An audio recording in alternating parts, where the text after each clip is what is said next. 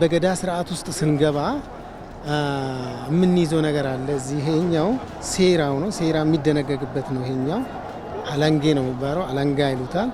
እንግዲህ ከፍርድ ቤት አካባቢ ስታይ አባ አለንጋ የሚባለው ከዚህ የወጣ ስሙ ነው እና ይሄኛው አለንጋ ይባላል። ይሄ በሰው አምሳሌት ነው።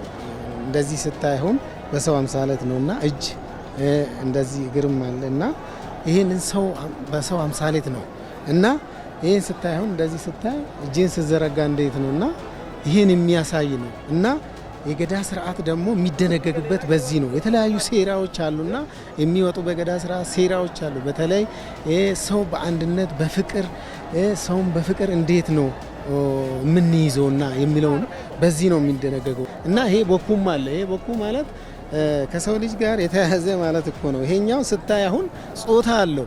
ከስራውን ስታየው ይሄኛው የሴትን ጾታ የሚያመለክት ነው። ይሄኛው ከላይ ያለው ደግሞ የወንድን የሚያመለክት ነው። እዚህ ጋር ስታየው ማለት ነው የወንድ የፍሬ ማለት ነው። ይሄኛው ደግሞ የሴት የዘር ማለት ነው እና ይሄንን ስታይ ምንድን ነው ፈጣሪ ምንድን ነው ሰውን እግዚአብሔር ሰውን በራሱ አምሳሌ እንደፈጠረው ይሄኛው እንደዛ የሚያሳይ ነገር ነው። የጾታን የሚያሳይ ነው እና ቦኩ ማለት ይሄን ነው። ክብር አለውና ቦኩ ይሄ ዝም ብሎ አይወጣም።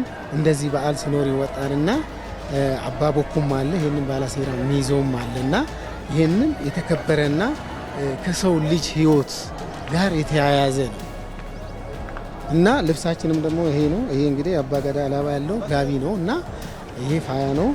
ይሄም እንደዛው ነውና በተለያየ ዲዛይን የተሰራ ስለሆነ በዚህ ነው እንግዲህ ይሄኛውን ደግሞ የሚያሳየው ዓለም ማለት ነው 300 ዲግሪ ነው አይደል? ዓለም እንደዚህ ይሄንን 300 ዲግሪ እግዚአብሔር በዚህ በገዳ ስርዓትን እንዴት አድርጎ 8 ዓመት በትክክል ምንም ሳያዛባ አባ ገዳ የሚያስተዳድርበት ማለት ነው። ስርዓቱን ይዞ ስርዓቱን ተከትሎ ማለት ነው።